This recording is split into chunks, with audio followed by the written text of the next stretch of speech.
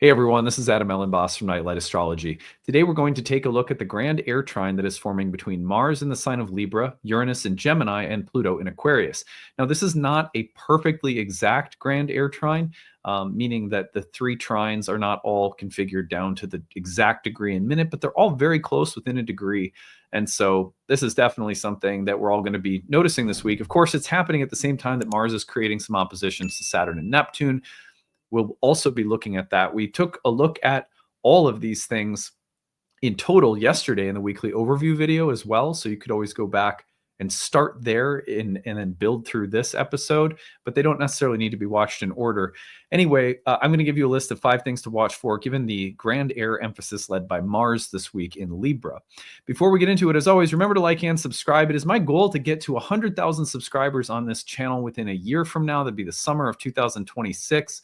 We need a good push of subscribers every month to get there. If you watch regularly and this is a place for you to pair your spiritual lifestyle with your astrological interests and studies, then I hope that you will give us a little thumbs up every day and the subscribe. It really helps us grow.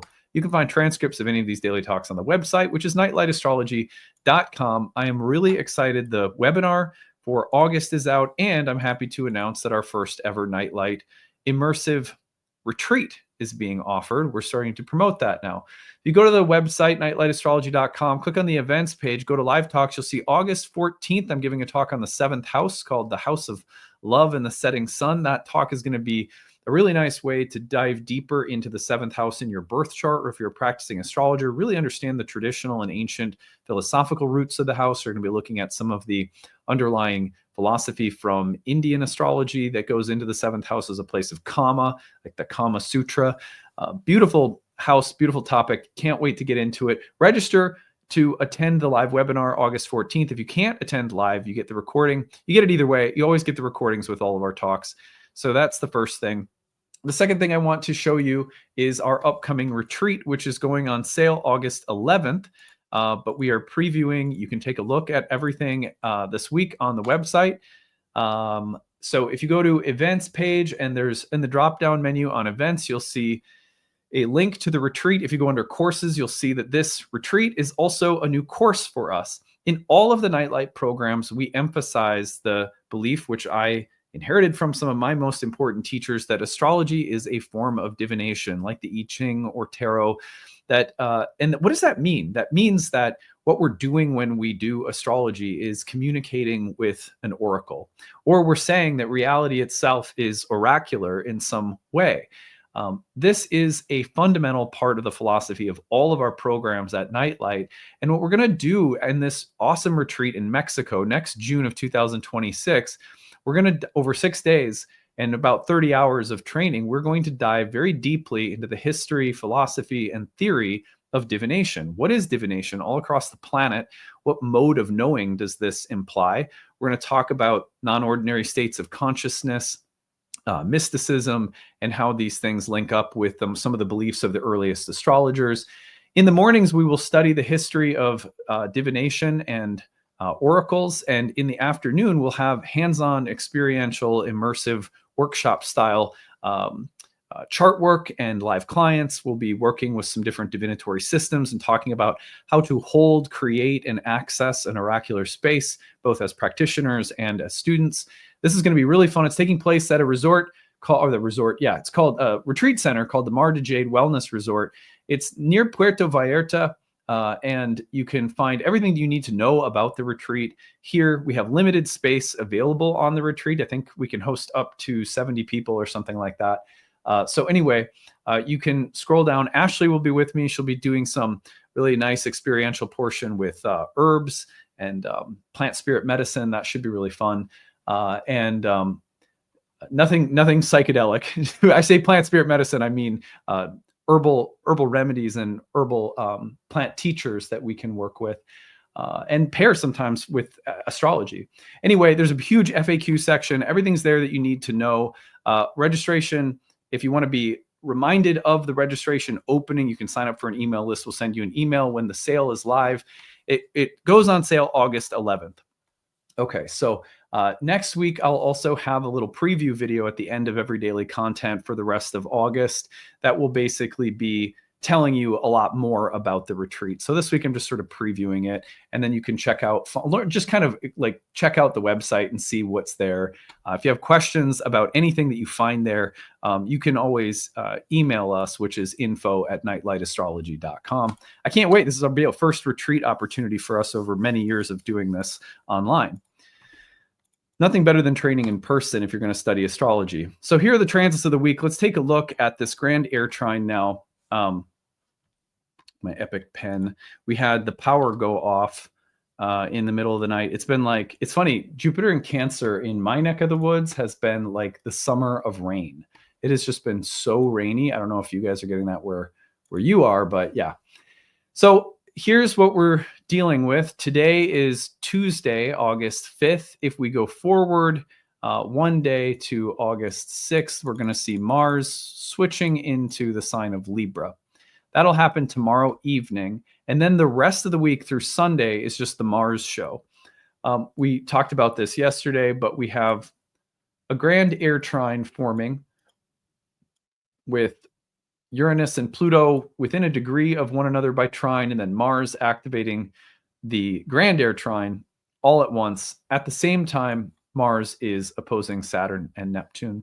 So it is a very busy and dynamic period led by Mars. I tried to give an overview for all of those transits at once in yesterday's talk. So again, hit that up if you haven't seen it yet. What I want to do today is just focus on the Grand Air Trine portion of this. Mars will go into Libra tomorrow. On the 8th, we get the trine to Uranus. On the 9th, or on the 10th, we get the trine to Pluto.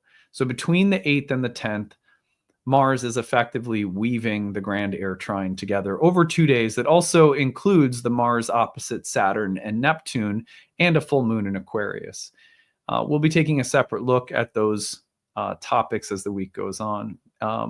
So Grand Air Trine, led by Mars and Libra. First of all, what would it be without a list of 5 things to watch for? So the first thing I want to say, though, is that Mars in Libra is in a Venus ruled sign where Mars has to do things that are maybe a little bit conflict oriented or provocative or direct and assertive, maybe courageous, bold, and even heated.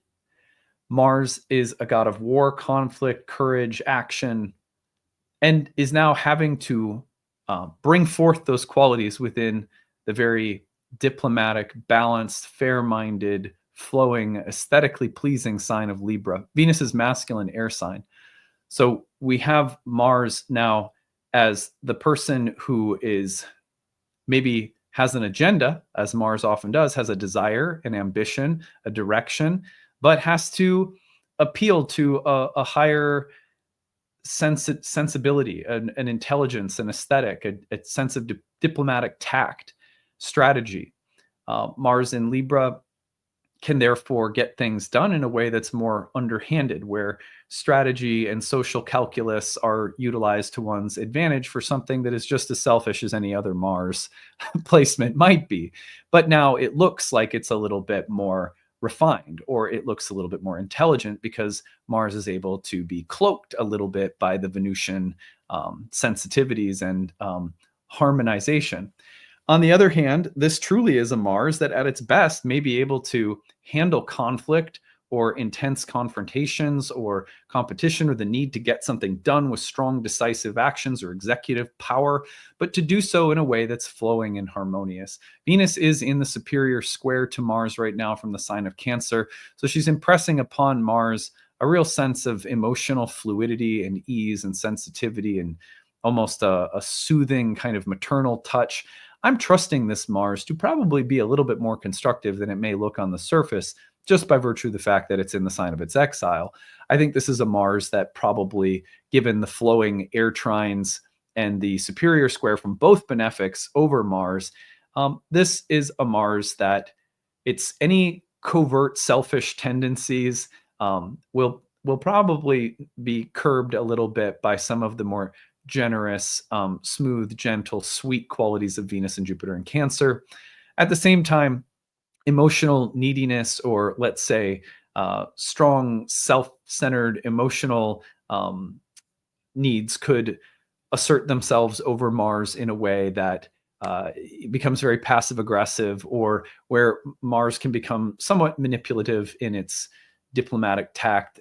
That would be a worst case scenario, I think, given the superior position of Venus and Jupiter in Cancer. But I think probably more likely is that we see Mars in Libra trying to get something done and being able to weave order and beauty and harmony through some measure of stress or tension, and is able to do so because of the support from the benefics in Cancer and because of the support from the Grand Air Trine.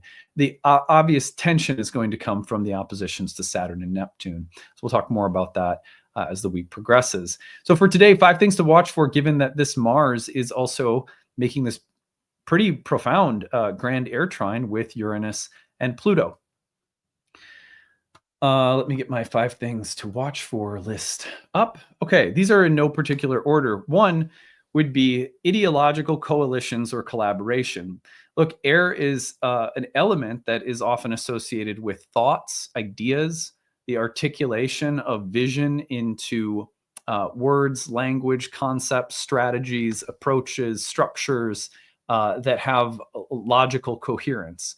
And so with a Grand Air Trine, remember, trines are of the nature of Jupiter, and Jupiter generally builds unity, cohesion, momentum, support, and collaboration. And so as Jupiter is the ruler of the flowing trines between all 3 of these airy planets, one thing that we could see would simply be where ideas are finding support, or where ideas are building momentum or consensus or unity, or there's a collaboration that's happening, or resources and momentum through other people that think similarly or have similar ideas or approaches are being brought together. This would be one of the, I think, probably the biggest benefits of this Grand Air Trine. Number 2 would be rapid technological development or innovation. So with Uranus, with Mars, with Pluto and Aquarius, all of these planets sparked especially by Uranus and Gemini could be quite innovative, where there is a sense of diplomatic tact, but also executive decision making. This is a good idea. I want to do this. This is great. I've never thought of something like this before.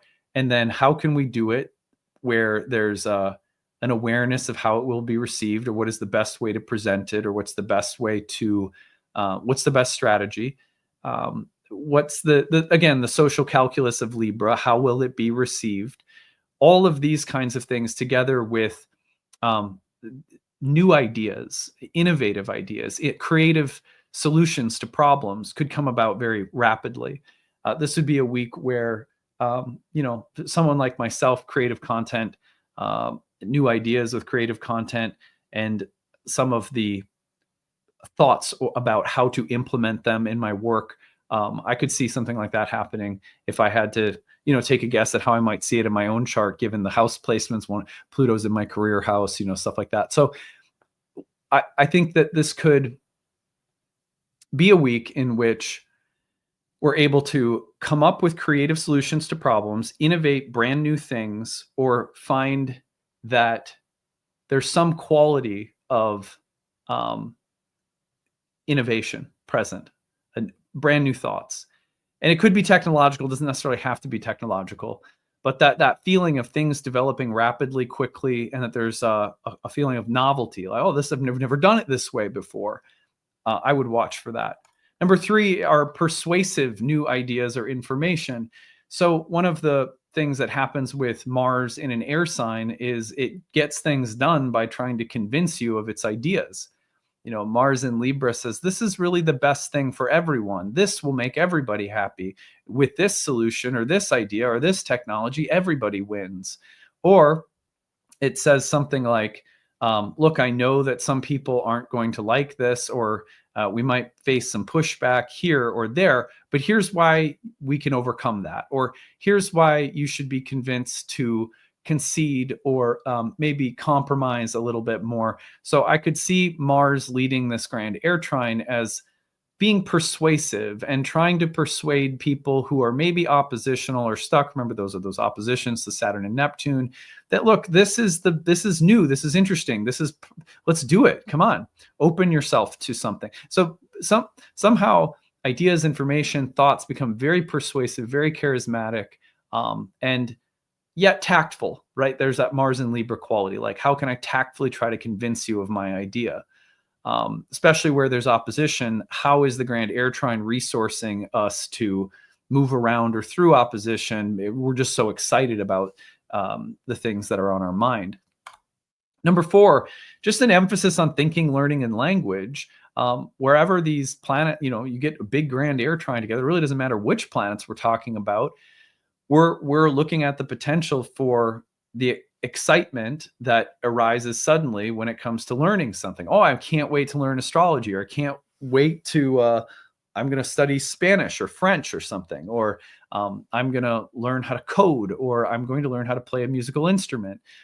I found a teacher that I like, or a system that I like, or I have a new way of articulating something that's been on my mind. Maybe I'm writing something, or maybe I'm developing content or a new design or something like that. So anything emphasizing learning, thinking, communicating, language, and the excitement around it, the excitement generated over the realm of air, I would see as a big theme this week. Finally, my 5th one, strategic diplomacy or agendas driven by social tact. I know that's kind of a mouthful, but I think I've actually sort of said this earlier.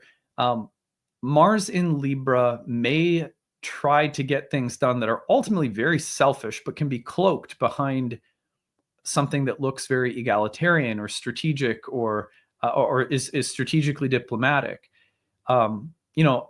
You and I all know that a lot of the way that politics are done have to do with your ability to make deals and get people. It's like that's politics in our country here in the United States anyway. A lot of whether it's the way that court cases are made, or a lot of things happen behind closed doors. This is why earlier in the week I mentioned the movie Michael Clayton, which is a George Clooney movie that I said is very Mars and Libra, with the Grand Air Trine and the oppositions to Saturn and Neptune. It's all about how you get things done, and I'll give this to you if you give this to me, where different selfish agendas can collaborate and manipulate appearances, so that everybody gets what they want and nobody can question the underlying motivations. That would be a real dark side to this. And remember, Pluto is involved with this. Mars is debilitated. There are oppositions to Saturn and Neptune, which sometimes can involve deception or a lack of clarity or some level of illusion. So being manipulated by appearances and strategic diplomacy, social tact, or manipulating those things ourselves, I would watch for that this week as a shadow. But otherwise, I think there is a very real way in which strategic diplomacy could get really cool things accomplished. Social tact, a little bit of patience, exploring our resistances to compromise and opening ourselves, those kinds of things may go a very long way this week. So those are my 5 things to watch for. I think that what I wanted to do was, I just wanted to mention, I've been, one of the things that I've been doing is I've been thinking a lot about movies that can touch on archetypal themes. And I don't have a list of 5 today. I just have a couple. But here is, to me, there is 2 movies that came to my mind. And whoops, hold on, let me pause. Sorry, I just realized my banners were in another folder, so I had to move something around really quick. So there's 2 movies that I thought match the Grand Air Trine, given the leadership of the Grand Air Trine by Mars and Libra. The first one is maybe my favorite movie of all time, which is Dead Poets Society. This is a great movie about young men. I think they're in high school. Yeah, they're in high school, but they're at a boarding school for men. And Robin Williams plays their very motivational English teacher. And he gets them reading poetry, and he gets them thinking outside of the conventions and expectations that their parents and the greater society that the greater society, if you're new to my channel, that's an inside joke on the channel. I'll have someone explain it to you in the comments section. Dead Poets Society, how could we not say the word society there?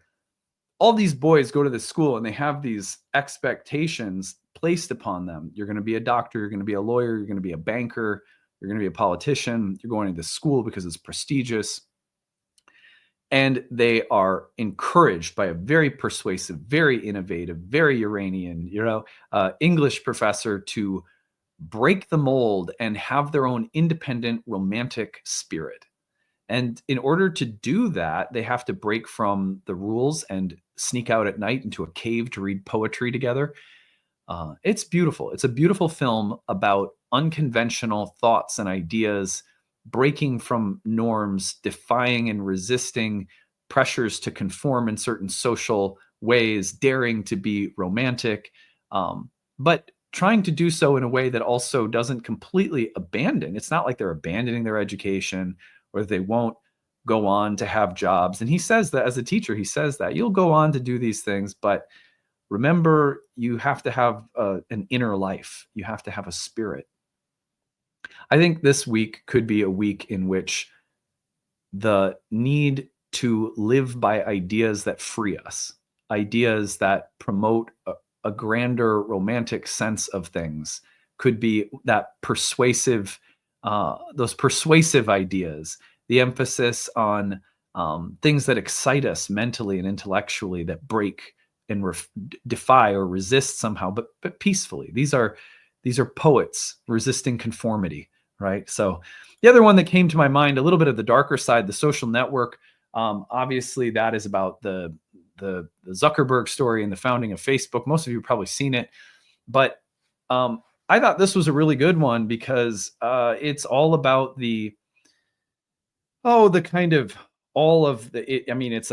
it's the creation of Facebook and all of the underhanded diplomatic and like manipulating of people and information and appearances, and winning, but doing so in ways that are that have a certain look to them. I don't know. You be the judge of it for yourself. I think The Social Network is a very nice example of this Grand Air Trine led by a somewhat problematic Mars that can cloak itself under good intentions at times and things like that. Social Network has a lot of the Grand Air Trine qualities present in the film, with probably some of the more combative, manipulative shadows as well. These are movies that come to my mind. I've been really enjoying coming up with these and just sprinkling them into the content, because a lot of you out there, if you're like me, you learn tremendously by seeing the archetypes in stories, films, TV series. So those are just a few that came to my mind. Feel free to add anything ever. If you ever have one and you're like, hey, I think this movie too, recommend it in the comments. Tell us all what you're thinking. We'd love to hear from you. That's it for today for the Grand Air Trine. We will be back for more tomorrow. We'll be breaking down the full moon in Aquarius, looking at the oppositions to Saturn and Neptune. So lots more to come. All right, take it easy, everyone. Bye.